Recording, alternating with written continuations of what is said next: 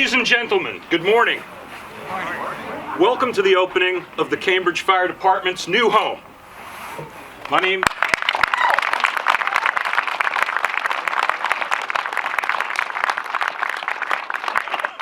is Lance Allen Wang. I will be your master of ceremonies today. Since the village's incorporation in 1866, Cambridge has been the home to beloved, local, colorful, and dedicated fire companies.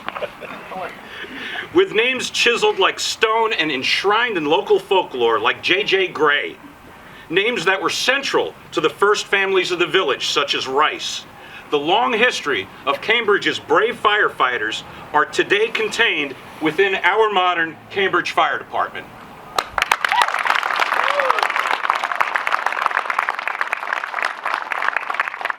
In a previous lifetime, which some of you might appreciate, we used to say that the good Lord looks out for fools, children, and the infantry. And we were pretty happy about that at the time. But one thing I've learned this morning is that clearly the good Lord looks out for firefighters as well, as I look at this beautiful day we have.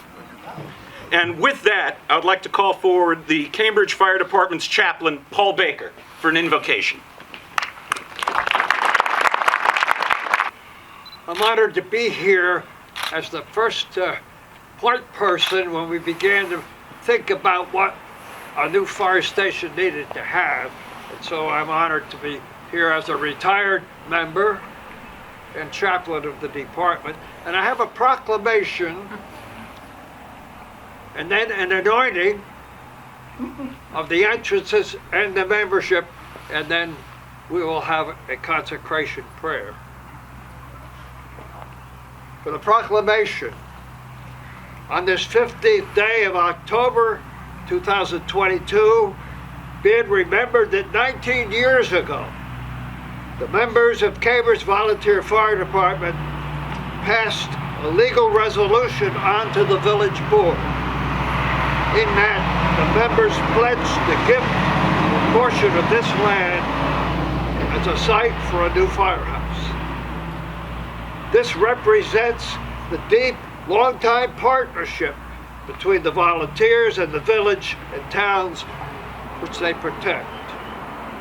Now, 19 years later, we consecrate this new facility, long in the making. The building itself is the fruition of the needs assessment the members did many years ago. There's a space to train and to work indoors through all seasons of the year, and a gathering place to provide camaraderie and friendship among the volunteers who work as a team to protect the people of Cambridge and parts of the surrounding towns. Next, if my fire bucket didn't go empty, it has a drip, we do the anointing.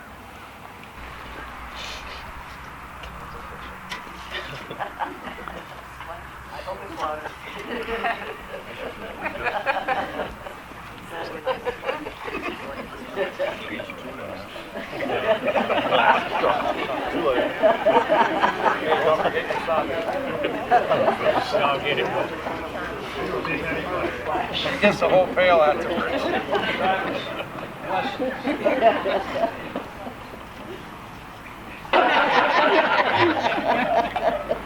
And now the entrances.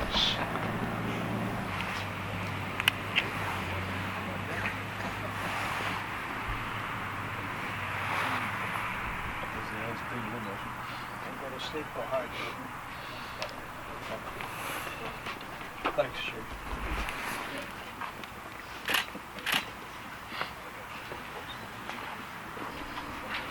Getting behind me on the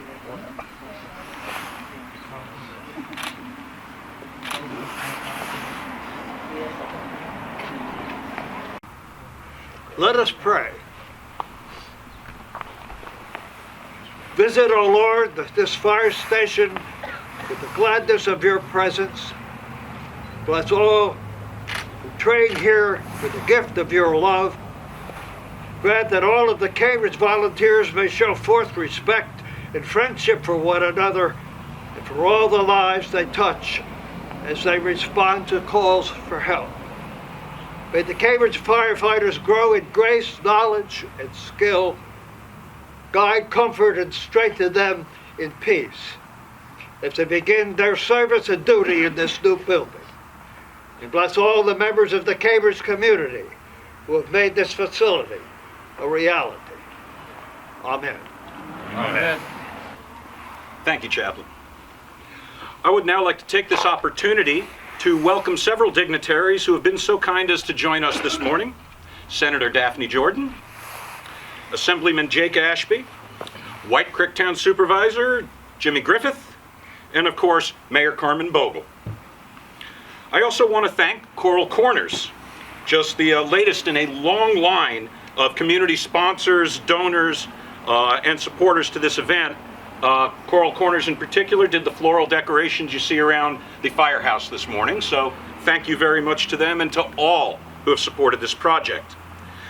Before we begin our full program, I would like to call forward local historian and certainly the oracle of Cambridge history, and that would be Ken Godfrey. So Ken, if you would please join us up front.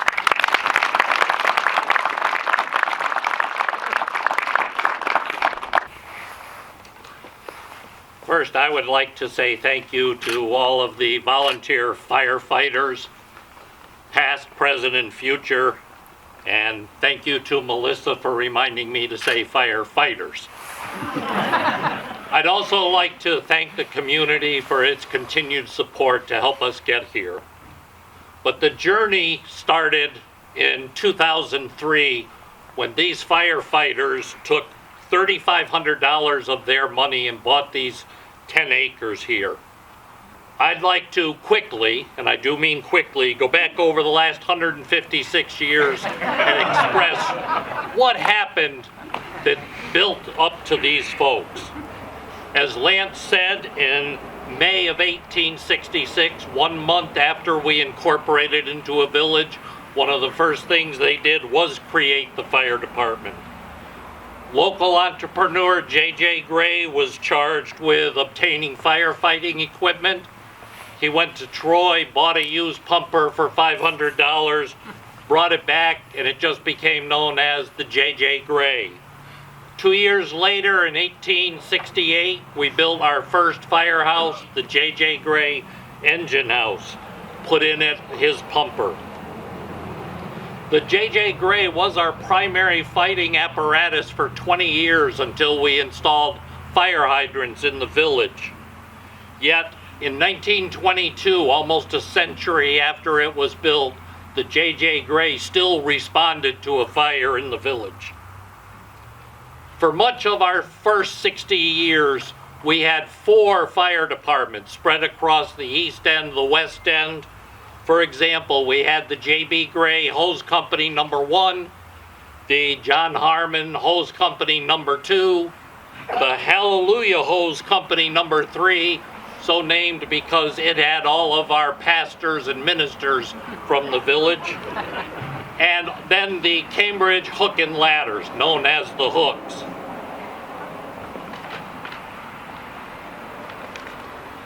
The hose companies kept their hose carts not in the engine house, but in buildings throughout the village.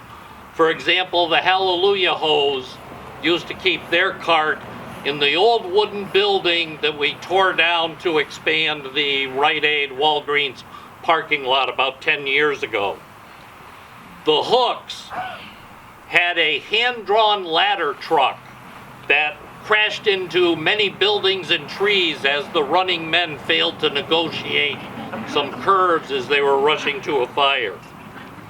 Our first true fire engine was in 1922. We got a chemical truck. But what we did is we bought the parts, brought it here, got an old Dodge car, and local people assembled it into a fire engine. Now we did not need fire hydrants, so suddenly the fire department could respond to fires outside the village. That same year, 1922, we put our first fire siren, and it was on top of the rice seed building. By 1927, our engine house was so small and so rickety that it wasn't used for much other than the village meetings. So our 2 chemical trucks were stored in garages throughout the village. That same year, 1927, we used every bit of our firefighting equipment, our 2 chemical trucks, our 3 hose carts, as well as our old ladder wagon trying to put out the Victory Theater fire across from the post office. We couldn't do it and we needed help. Salem brought down its brand new motor pumper, and Cambridge said, we gotta get ourselves one of those.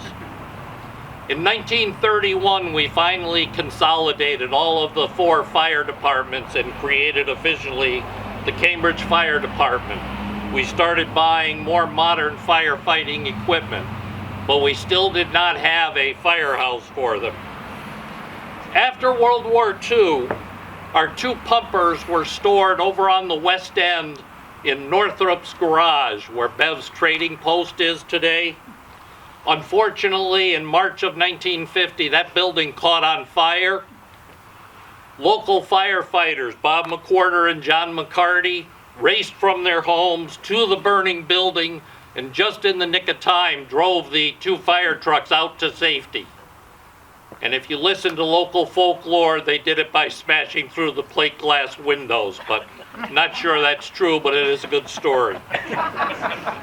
So Cambridge said, now we really need a new firehouse, and we need it soon because we don't want these fire trucks outside during the winter.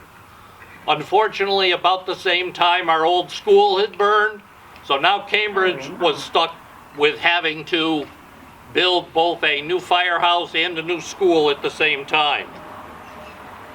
While we were building our new firehouse over there, our new 1950 Mack pumper was delivered, but it could not yet be put in there, so we put it in Ken Randall's garage, which is where Subway Restaurant is now. Shortly after, that building caught on fire, and our 1950 Mack made its first call right where it was living. Finally, on June 28, 1951, we moved into our new firehouse with our 3 trucks. There was a 1928 LaFrance pumper, a 1946 Army surplus pumper, and our 1950 Mack pumper. But if you drive by Main Street, you'll notice it was not called the Cambridge Fire Department. It wasn't called the firehouse. It says over the bay doors, municipal building. It was voted, or it was recognized more as being where the village board met and where the village judge held court. Even so, this building very soon became too small. We built it in 1951, and by 3 years later, we had to put an addition on it. Since then, we've knocked down interior walls. They took out the kitchen in the back. The building was designed to hold our 3 fire trucks, which at that time were 20 feet long. Today's trucks by design are 32 feet. Cambridge can't get those. Cambridge has to order custom trucks so that we can back them into the old firehouse to a bay. So firefighting has changed significantly over those 71 years, but our firehouse didn't, not until today. So with the opening of this new firehouse, our fire department and our fire engines get the home they need and deserve. Like to close with 2 little things. One, some trivia. Today marks the official opening here. However, last week, the CCS 4th graders on their annual history walk got a tour of it. Therefore, if you're ever asked the trivia question, it was they who had the first tour of the Cambridge Firehouse.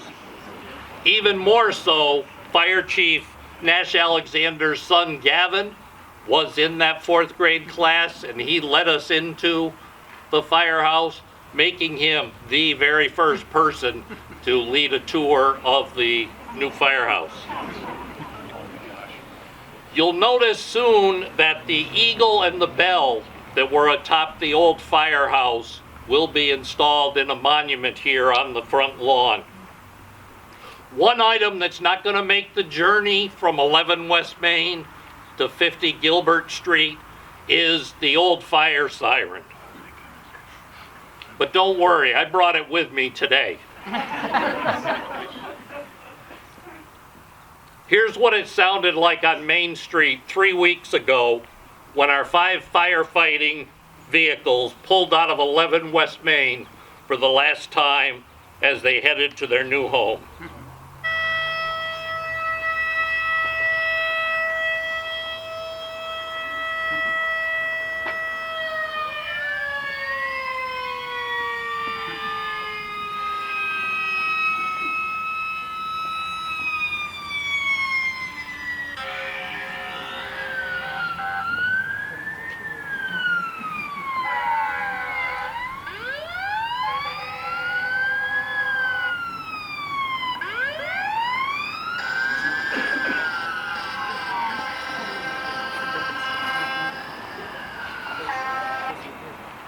Thank you, Cambridge. Thank you, firefighters. God bless you, Ken. You never disappoint. Quick enough, huh? That wasn't what I was. Ladies and gentlemen, we have now gotten our preliminaries. We know who is here. We know why we are here. We have thanked the good Lord. And with that, I would like to ask you to rise for the Pledge of Allegiance to our country. Department, change, hut, present, arms. I pledge allegiance to the flag of the United States of America and to the republic for which it stands, one nation, under God, indivisible, with liberty and justice for all. Order, arms, hurry, rest, rest. Please be seated. And I would like to now call forward, it is my honor and privilege to call forward Mayor Carmen Bogle for remarks.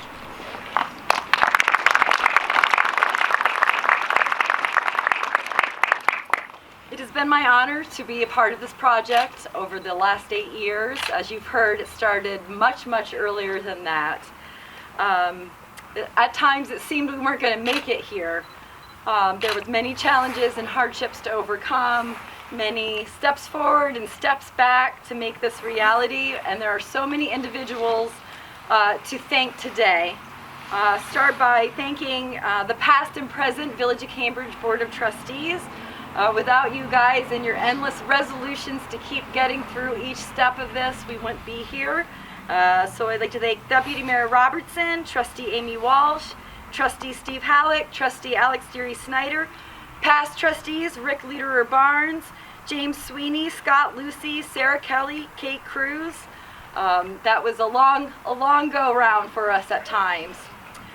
Definitely the Firehouse Committee, the members, past and present. There was quite a few of you who worked on it.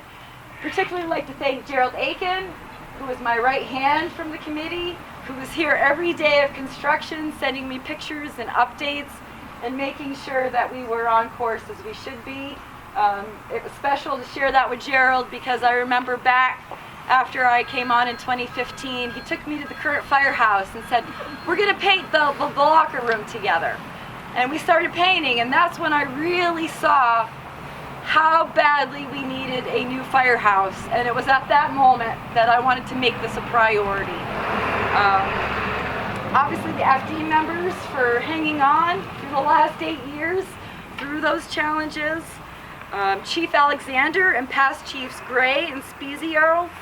I'd like to thank CT Mail and Associates, particularly Rich Campanola, who is the architect and engineer for this project. You've truly designed us an amazing structure, and thank you so much for that. Project manager Steve Bishop for hanging on and all those late night calls, early morning calls, emails to make sure we were on course. Morton Building, Plank, Mazzone Heating and Plumbing, O'Connell Electric. You built us a truly amazing facility. Lance Wang, Lester Losaw, who have handled endless amounts of paperwork that rolled in to the village office, as well as the financials. Cara Lace, the village attorney, who waded through all of the legalities to make this happen.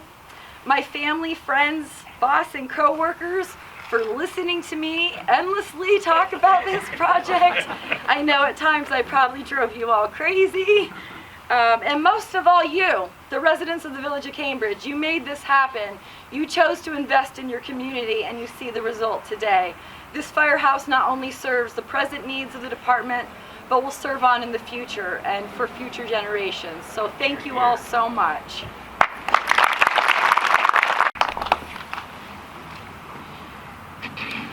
Ladies and gentlemen, I now call forward the Chief of the Cambridge Fire Department, Chief Nash Alexander.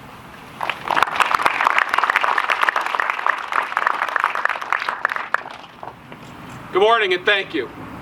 I learned at a young age, quite young, that a firehouse is a special place. I grew up in a firefighting family just north of here in Shushan. And I remember that first day that I walked in the firehouse. The smell, the feel, the pictures, the names on the walls. I don't know what that smell is. It could be old apparatus, could be tires, could be courage, could just be the fire service.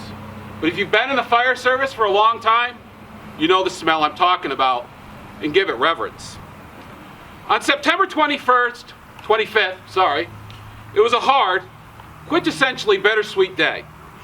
We left our storied firehouse in the heart of this village at 11 West Main, a place where Birch, Port Wine, Hatch, Macaulay, Jennings, Spezio, and many countless others walked through those hallowed red doors into the fire service and into our department. A department where generations aspire to serve our community as firefighters. A place of stories, a place of laughter, and a place of tears.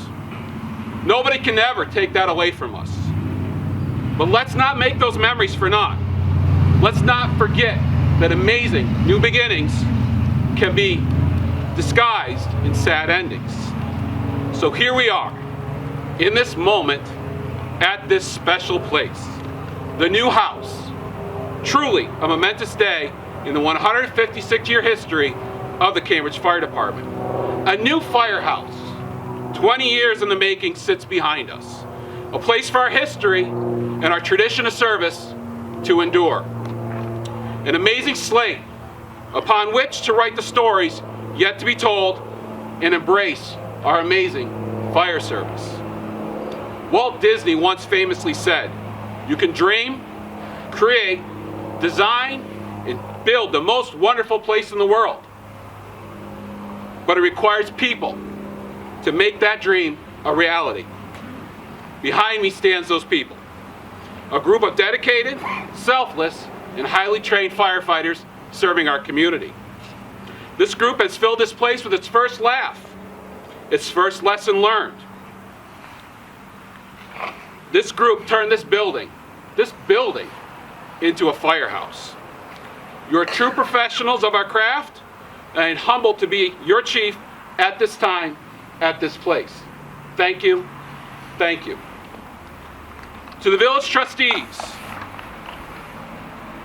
and mayors who have laid the groundwork over years to make this project a reality, to make this firehouse, thank you.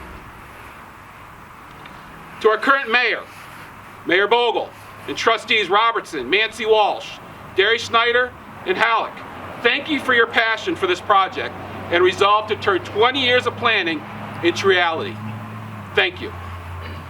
For everyone in our department who has served on the building committee in various incarnations over the past 20 years of its existence, from Chief Spezio and his tenacity to provide the public with opportunities to learn and support this project, to life member Gerald Aiken being the department steward as the project progressed.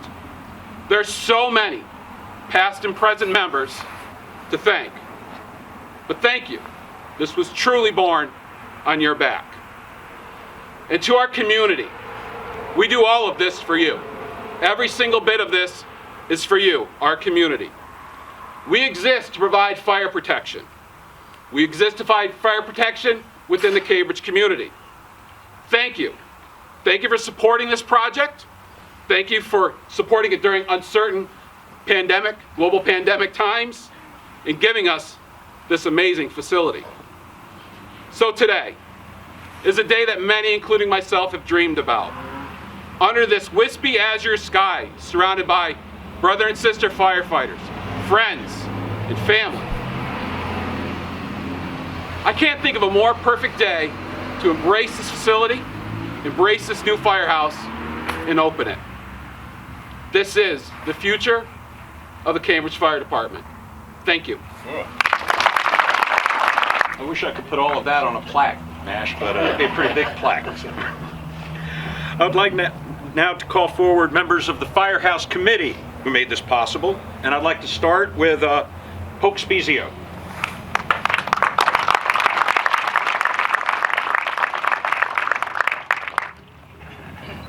Good morning. For those who don't know me, I'm Poke Spezio. I'm a member of the Cambridge Fire Department. The privilege to be the son-in-law of Gerald Aiken, who is a past officer and had an integral part in this building. Lieutenant Kyle Spezio is my son, who served in the department in the past few years and making us very proud. My wife Melissa, who served the department as 17 years, but has been a member or part of the fire department her entire life. Remembering doing many nights of homework on Tuesday nights, accompanying her father at the firehouse, and even running through some wet concrete many, many years ago in one of the additions. Being here today is truly an honor to Melissa and I.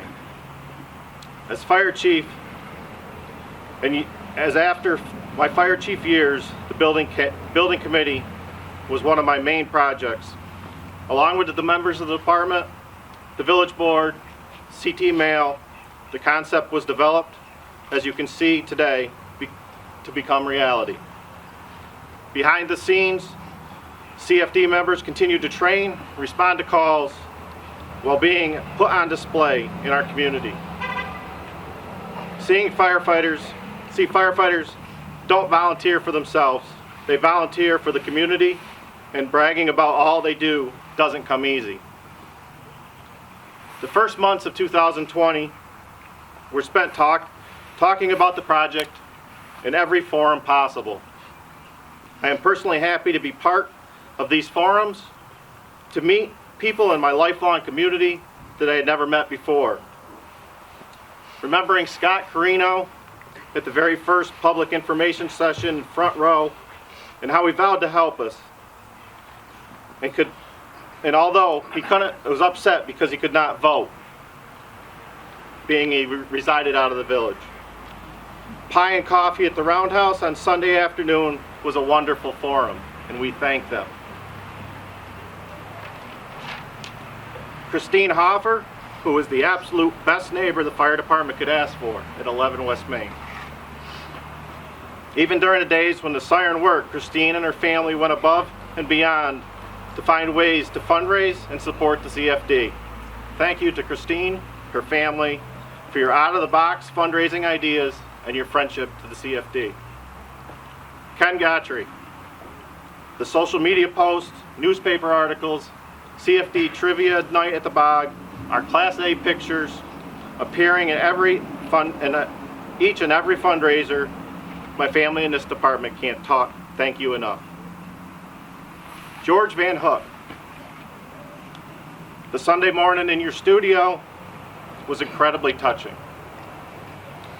That would be part of Cambridge I did not know existed, and completely in awe of the talent displayed. You helped us achieve our new house. Thank you. Clem and Mary D. Crow, thank you very much for your support of the CFD, your friendship to the whole community. Without people like you, this project would not have been a success. To the past and present mayors and village trustees who did their parts getting us here today, we thank you. We are blessed to have community that cares.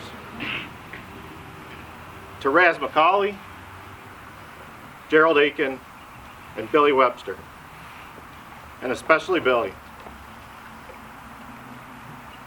Without your work as treasurers over the past 20 years, this would not have been a success. The CFD was able to buy 3 pieces of apparatus along with 2 sets of jaws since 2021, and still had able to put money aside for this building. And without the 3 of you doing our books, that would not have been possible.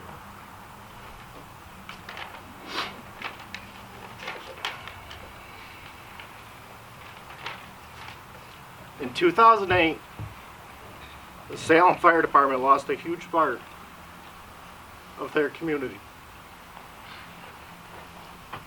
Chief Capuano. Sorry. In many years as deputy chief and chief,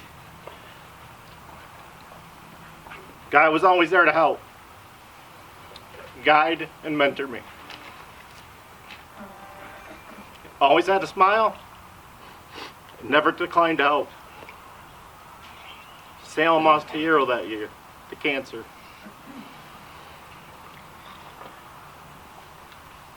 In 2022, Greenwich Fire Department lost Deputy Chief Brian Buell, an icon of the Greenwich Fire Department. Always there to help, always there to work. Although the CFD was far into their building project when Chief Buell became sick, his memory stands for a reason why we are here today. No chief, department, or family should experience the loss of a firefighter, especially a volunteer, due to cancer or an accident because they weren't given the facilities to keep them safe and healthy. The members of the CFD, I think back to those first months of 2020. In my heart, this was something like that I wanted to achieve for the department and felt responsible to assure our volunteers were established in a building they could safely, efficiently operate. Although the I am responding social media posts, messages and social media posts, and her to-do list were more than overwhelming, much of the project was successful because of my wife Melissa's support to me and the department, keeping me on schedule, forcing me to speak publicly, which you can see I don't do very well, and assuring we were on task. And I thank you. For what this project has taught me, it takes a community, one generation after another, people from every background helped to make this community prevail. We won't always agree, but if we stay focused on a common goal, we will succeed. The job of firefighting is dangerous, and our volunteers should not have to worry about having a place to operate safely and have the ability to maintain and decontaminate their equipment properly. Our community has given our firefighters the building to operate safely and to keep them safe. It is our hope that the CFD will continue to serve and protect and grow in this town that I call home. Enjoy your new home, respect it, take care of it, keep one another safe and healthy. It's well deserved. It's been a long time coming. Thank you.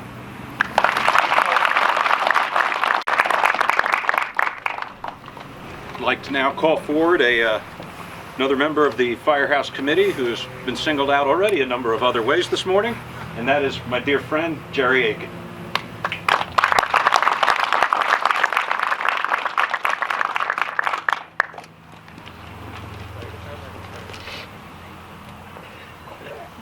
I'm not much of a public speaker. I have a lot to say, but I'm not a public speaker.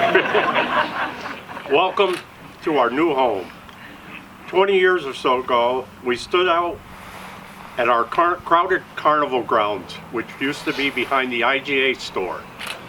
Someone made the gesture, we need to find a larger lot. You couldn't see a blade of grass. There was so many people there that night. So we started looking. We looked at several different lots in the village. Some of them we thought were good, and this one came about and was offered to us, and we finally made a deal here. And I'm glad we did, because the other lots don't look that great today. Being a village department, we had to pretty much be confined to the boundaries of the village when we were finding a location. And once we had made the deal, we were off and running. After forming a committee, we started putting our heads together as to what we wanted and what we could afford. As time went by, we met with the village board, and over the 20 years, talking to architects, they finally decided CT mail and many more meetings and years to decide the plan. In 2008, the members of the department voted to convey property to the village to cover the footprint and easements necessary to construct the new firehouse. As time went by, donations were coming in, fundraising was being done not only by members, by family, and friends of the fire department. The village was working on financing, and the architect was coming up with prices. Things sure take a long time. Years are going by quick. Finally, we have a plan that we agree on. After holding meetings for the public and the prices going up, a date was set to hold a vote to go ahead or not. Information letters were printed, and members spent many hours going door to door, handing out information and answering questions. The vote was getting closer. Signs were going up to vote yes. 2 days before the vote, the president canceled all public meetings. What a letdown. The pandemic was on, and as time went by, prices went up, and the question, do you think this thing will make it? The vote was finally held, and the people of Cambridge supported us. 15 months ago, a groundbreaking was held, and work began. 19 years seems like a long time. 15 months seems longer.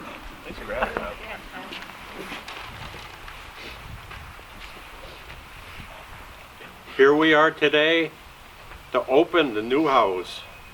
After 71 years in the old house, we are opening to the public. The next month or two may see more projects being done outside the building that time didn't allow to be done prior to the opening. Thank you, Cambridge.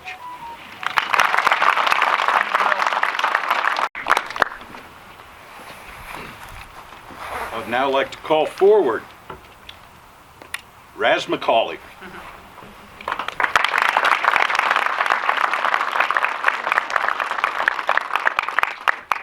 I was going to give a long introduction, then I realized there's nothing I can say that hasn't already been said.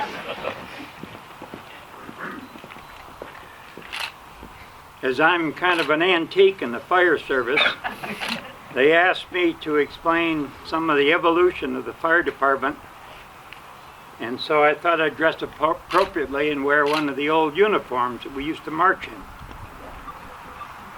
My first association with the Cambridge Fire Department was when my wife Pam and I got married and moved into the old American Legion, which was just recently burned, kitty corner from the Firehouse. I was working with fellow teacher Tom Wilbur to convert it over, or Ken Wilbur, his son's Tom, to convert it over into apartments, and I had one of the first apartments there. Well, being close to the Firehouse, I kind of hung out with the guys over at the Firehouse, go across the street and visit with them and so on. And also in the grass fire season, I would follow the trucks out, and they were very happy to have me help put out a grass fire. And even though I wasn't a member. I would also cross the street when the siren went off, because it certainly woke me up. And I'd open the door and turn on the lights so the first fireman in could call the hospital, which was our dispatch center, and find out where the fire was. At that time, the CFD had 3 trucks, had a 1951 Mack, a 1961 International, and the 46 Army truck that was mentioned before. Today's trucks, when you see the doors open, one truck actually carries more water than the total of all 3. I made application because of my interests, and it took me 2 years wait before I could finally make it as a member. Because back in those days, they had several members that wanted to hang on and be associated with the fire department, but they weren't really active as far as responding.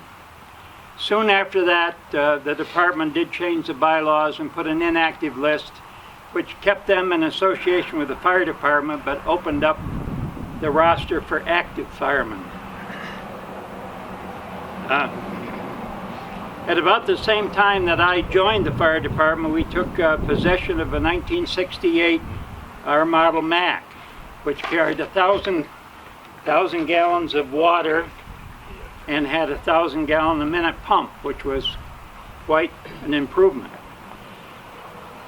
During all this time, the firehouse had 3 bays, a meeting room, bath, furnace room, and a large kitchen. At that time, we were able to put on turkey dinners and pancake breakfasts for fundraisers for the community. And the firehouse, when I joined, was less than 20 years old. So you can tell I'm kind of old. As you tour the firehouse and equipment today, note the extensive gear present. Back in those days, we had no self-contained breathing apparatus.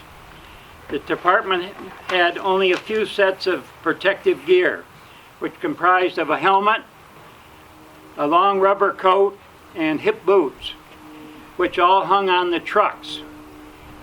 We only had a few sets. I think there was like 8 sets. So if you got to the fire first, you got gear if it fit you. If you didn't, you fought the fire in whatever you were wearing. My wife used to get a little upset because I would leave school and come home with rather soiled school clothes. Also, because of the equipment we had, you would sometimes hear from people that we were good at saving cellar holes. Unfortunately, because of the equipment we had, if we didn't get there in time, that sometimes was the case. However, that changed. As Cambridge got better equipment and gear, they became one of the most aggressive fire departments in the county. And they are still that way today. All of the trucks at that time, they weren't like we have today with big cabs. They had conventional cabs with bench seats. 2 people would fit nicely in the cab, but 3 resulted in the middle member getting his knees banged up when the driver shifted because they were all standard. We did not have the crew cabs of today, so extra members in warm weather would jump on the back and actually the running boards, hang on the mirrors. Trucks don't have running boards anymore. So if you were a driver, you sometimes couldn't see behind you because somebody was in the way on the running board. Certainly OSHA would not approve of that today.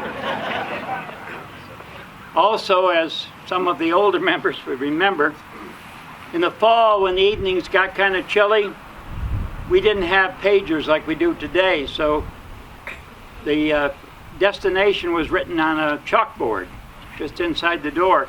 Well, guys coming in late wouldn't look at the board and they'd jump on the back of the truck on a cool evening to find out it was mutual aid called a Greenwich.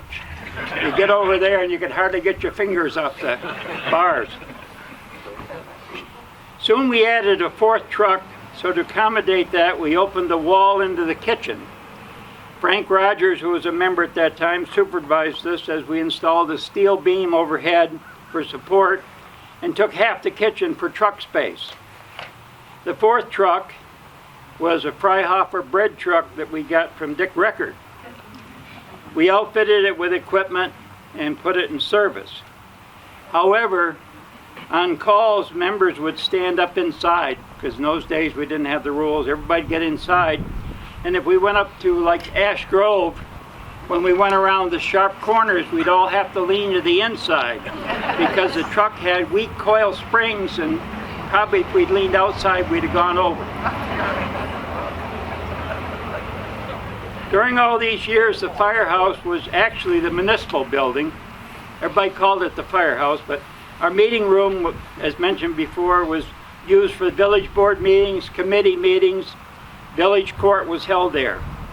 There were times that we had to evacuate the room during our meetings so the judge could hold an arraignment.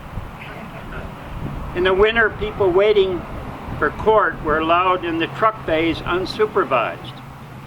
On occasion, one of those would get a little bit nosy, or whatever you want to say, open a truck cabinet and fail to close the door properly. Our next fire call, we pulled out on the street, and sometimes the contents of that compartment would go on the street. But we had to put up with that because that's the way things were at that time. Eventually, we added a fifth truck, which was a brush truck. We got a pickup truck, we sent it to Comstock, they repainted it, and we put a slide-in unit in it, and that was our brush truck. Expansion was necessary. We extended the rear wall back, even with the end of the meeting room. We moved the furnace room and the bathrooms were moved back, and the kitchen was reduced to a real small area with a little overhead door so we could serve out of it. In the late 1980s, as the trucks got heavier, we noticed that the concrete floor was sagging where the wheel tracks were. The village allowed us to contract for a new floor. When we broke the old one out, we discovered that the trucks actually had been suspended on the cement and the re-rod. There was about that much air underneath where everything had settled except for the floor. That's why they were grooving. New floors were installed, which are still there today. And new doors were installed with automatic openers. The other ones were heavy wooden doors we had to throw up by hand and pull down by hand. Trucks got longer, and the small wall to the kitchen had to be removed so that we could almost sit on the rear step of a truck and cook on our stove. Fire gear was hung along the walls and on the support posts. Firefighters were dressing as trucks were pulling out of the fires. This did not meet OSHA standards, so we had to give up our meeting room for gear storage. For a few years, a truck would be pulled out, folding chairs set up, and we'd hold a meeting in the truck bay. Of course, in the winter, we had to be careful because we didn't want to leave it out too long in the cold because it had water on it. Eventually, we moved meetings to a village office building and held them there. As new trucks were purchased, length became a problem, and as mentioned before, we had to purchase custom cabs because conventional trucks with crew cabs would have been too long for our firehouse. Even with the new trucks, people my size had problems moving between the trucks. They're pretty tight in there, and you'll see we have a lot more room in this store. As you tour this new firehouse, you will see not only the improved trucks and equipment, but the fact that there is room to function as a successful fire department. Many thanks go to all the members of the fire department, the community for making this possible. And I wish to thank you all for being here today. Ladies and gentlemen, it is altogether appropriate after hearing from Mr. Aiken and Mr. McCauley that I call your attention to this plaque, which has been donated by the brothers of Cambridge Valley Lodge, number 481, Free and Accepted Masons. They say that a cemetery is what really reflects the permanence of a community, but it goes a little past that. It's also the institutions, like the Cambridge Fire Department, and the community organizations, like the Lions, the Knights of Columbus, and in this case, Cambridge Valley Lodge Free and Accepted Masons.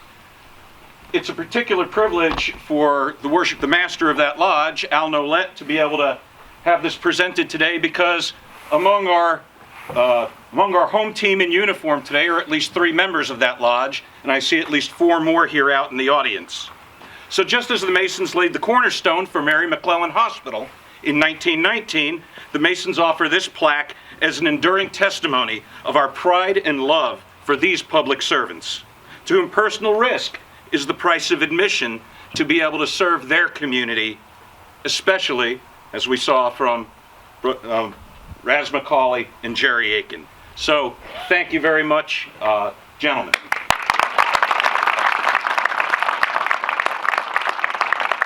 I'd like to now call forward Mr. Dan Baker from the State Office of Fire Protection.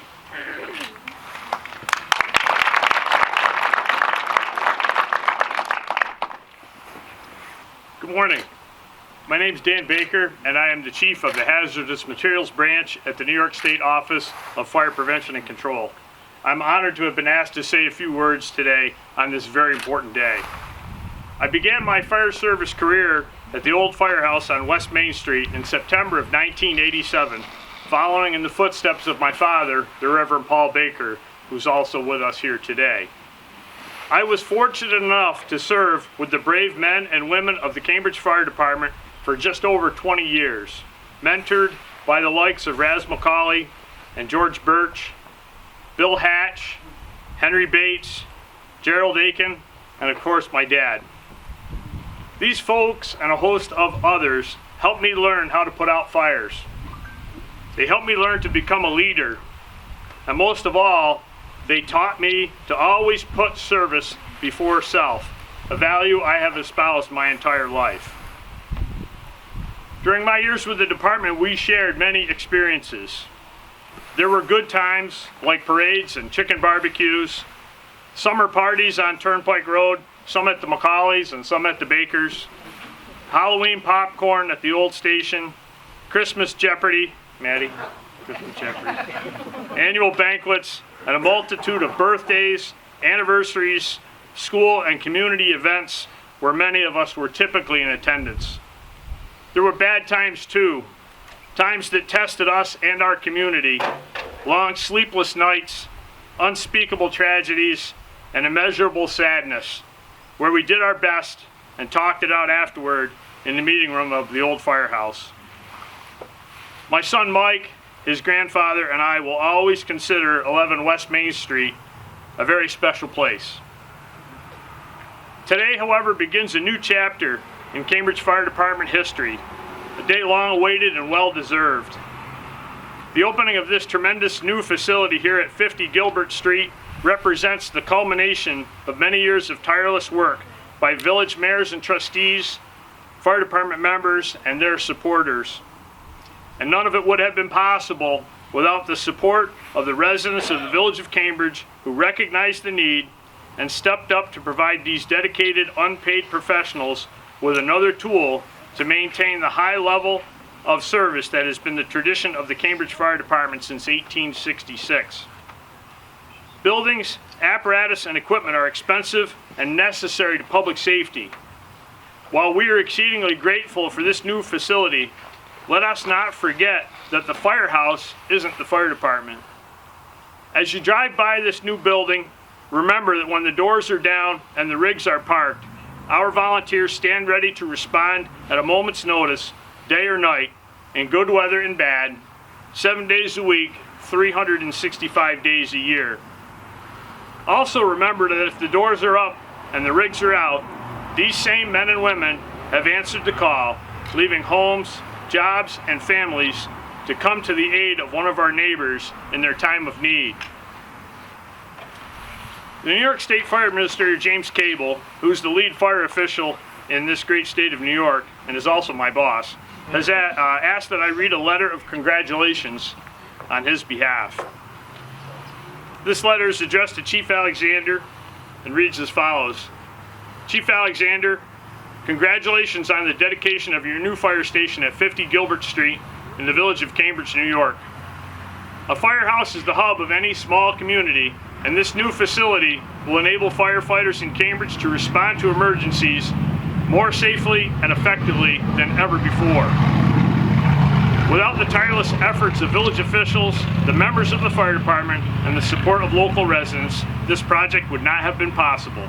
The new building, with ample room for apparatus and equipment, meeting space and training, stands as a testament to what can be accomplished through collaboration and proves that we are indeed stronger together.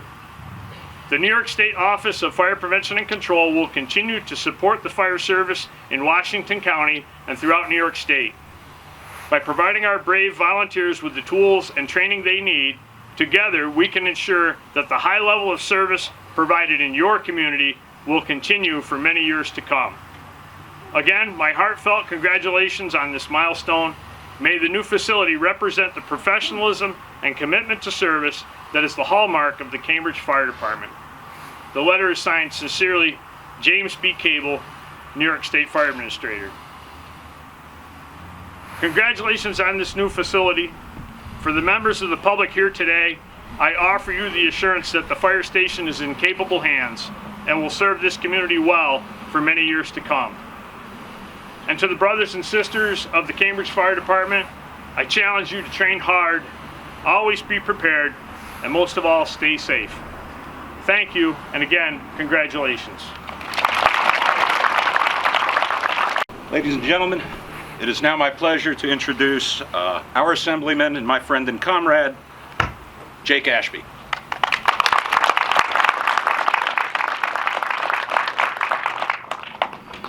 He did a good job marking time out here.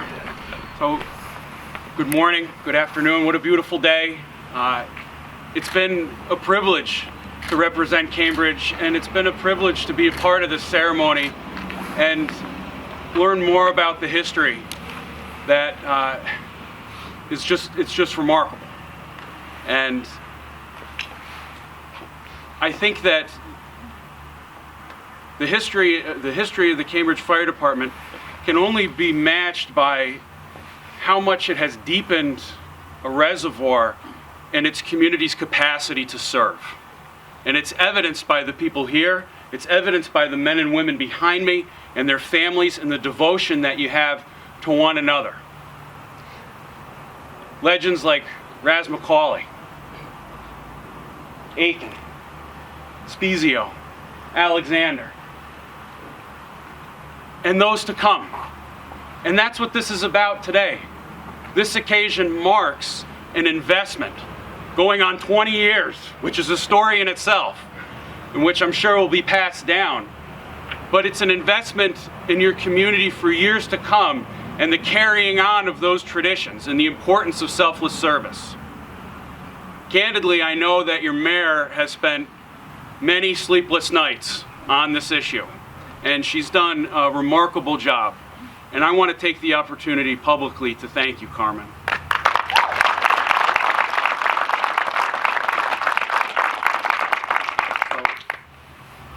I am further inspired to serve by this example today. Thank you for letting me be a part of it.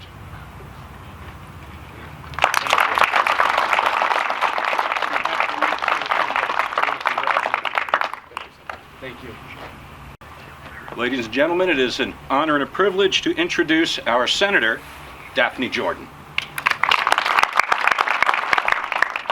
Good morning. It is an honor and a privilege to be here today to celebrate with the whole community your new firehouse. Public safety is, or it should be, the #1 concern of government. Carmen Bogle has made sure that your government saw that concern and wanted to make sure everyone was protected. Fire protection. Your fire department, all the members here, for 20 years realized that public safety and fire protection was a major concern here in the village of Cambridge. And so many people worked to make sure that this firehouse came to be. My dad always used to say to me, nothing good comes easy. And this certainly didn't come easy. Just listening to the history of over 150 years of the fire department's history, none of it was easy. It was a lot of work by a lot of people, and to think that our firefighters are volunteers on top of that. It's great to see that the community supports them and that you all came together to get this project done. I was particularly interested in listening to the history of all of it through the eyes of very colorful stories, through the eyes of the chaplain, through the eyes of your village oracle, and through the eyes of your antique fire member. You know, the stories they told all, jive together, but you got little bits and pieces of the history from each one of them. And today ends the bad part of the history, and it's a new beginning here, a new firehouse that supports the giant engines that are being made today. And judging from looking inside, there's room for even larger fire engines in there. So good thinking, everybody. It's my privilege to congratulate everyone here. If I could just present a certificate of recognition to Mayor and to Chief. It's a Senate certificate of recognition, and it just says, presented to the Cambridge Fire Department as you celebrate the ribbon cutting of your new firehouse. The New York State Senate thanks you for your commitment and dedication to keeping our community safe. Thank you.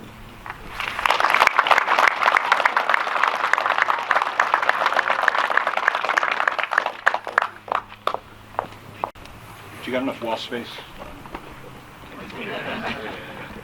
Okay, folks, before we go to the next step, which is going to be what a ribbon cutting is in fire department world, it's going to be a hose and hitching.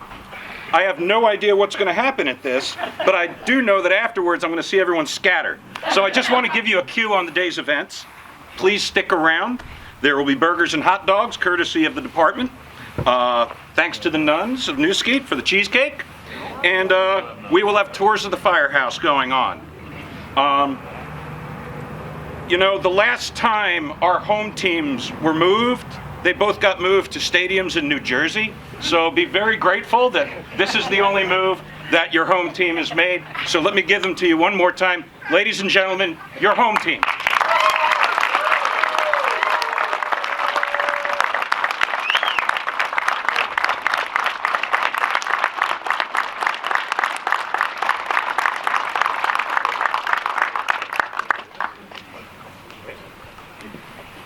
I was just being reminded a little bit more of the history here, that there's a number of folks here whose parents were also in the fire company. And judging by the timelines we're looking at, probably great-great-grandparents. Great-great-great-grandparents. What I would like to do now, though, is, Nash, I'm going to call you forward a bit, because I get the feeling as the chief you're going to be very involved in this hose and hitching. Then I'm going to call forward the mayor.